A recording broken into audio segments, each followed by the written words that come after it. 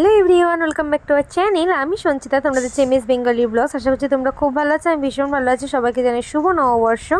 তো আমরা নববর্ষ দিন সকাল সকাল বেরিয়ে গেছিলাম গাংনাপুর থেকে, সব ফার্স্ট ট্রেন ধরে আমরা নৈহাটিতে যাওয়ার জন্য, বড়মার পুজো দেওয়ার জন্য। তো সকাল সকাল আসার পরে আমরা এখান থেকেই ফুল কিনে নিই, কারণ ওখানে ফুলের দামটা প্রচুর। আর তারপরে আমরা সকাল সকাল আসতে আমাদের ফুলের মার্কেটটা আমাদের গাংনাপুরেই বসে। তো তারপর আমরা ট্রেনে উঠে পড়লাম। ট্রেনে উঠে নিয়ে একটা কাকিমা হঠাৎ করে আমাদেরকে বলছে, মানে ঠাকুরের কাজ তো ঠাকুরই করিয়ে নেয় বলে না। তো কাকিমা বলছে কীভাবে মালা গাঁথো, আমি একটু দেখিয়ে দিই, তোমরা মালা গেঁথে নিও।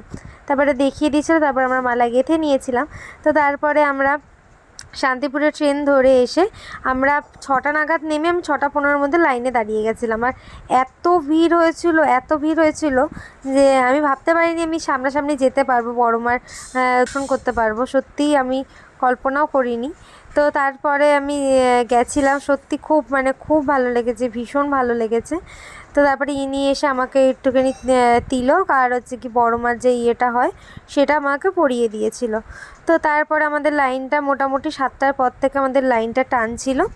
আর আমাদের পরে যারা এসে প্রচুর লাইন, মানে বাস স্ট্যান্ড ছাড়িয়ে গেছিলো, সবাই বলছিলো মাথা দেখা যাচ্ছে, কোথায় শেষ। আমরা প্রথমবার যখন এসেছিলাম, মানে প্রথমবার বলতে সকালবেলা যখন এসেছিলাম, তখন প্রচণ্ড ভিড় ছিল। আমিও ভাবছিলাম যে কোথায় শেষ।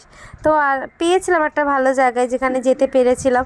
আমাদের 8:30টার মধ্যে পুজোও দেওয়া শেষ হয়ে গেছিলো এবং 9:09 ট্রেন ধরে রানাঘাট লোকাল ধরে আবার বাড়ির দিকেও রওনা দিয়েছিলাম। তো তারপরে এখানে আমরা ডালা সাজিয়ে নিয়েছিলাম, যেহেতু বাড়ি থেকেই সব করে নিয়ে গেছিলাম। শাড়ি টাড়ি দিয়ে আমরা পুজো টুজো দিয়েছিলাম। আর তারপরে আমরা সত্যি ঢুকতে পেরে আমরা ভীষণ ভীষণ খুশি হয়েছিলাম।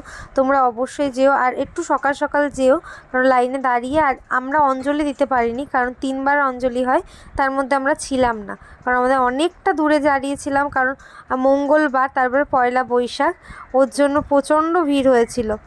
তো তারপরে আমরা ভেবেছি যে কোনো একটা দিন গিয়ে অঞ্জলি অবশ্যই দেব, খুব সকালে গিয়ে, এর থেকে সকালে যেতে হবে আমাদের প্রায়।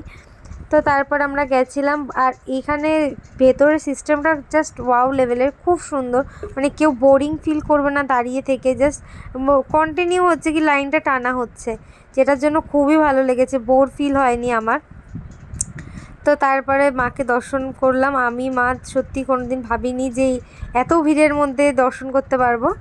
তো তারপরে আমরা ঠিক আমাদের 9টার মধ্যে পুজো কমপ্লিট হয়ে যায়। আমি আবার গঙ্গার দিকে যাই, কারণ গঙ্গার দিকে গিয়ে যেটা আমার ডালা দিয়েছিল সেই ডালাটা বলেছিল দিয়ে দিয়েছিল। তো আমি কী করব, তার জন্য আমি দিয়ে আসি, গঙ্গার জল একেবারে ভাসিয়ে দেওয়ার পরে ব্লগটা এখানে এন্ড করছি। আশা করছি তোমাদের ভালো লেগেছে। তোমরা অবশ্যই মাকে দর্শন করতে যেও। আজকের মতো টাটা।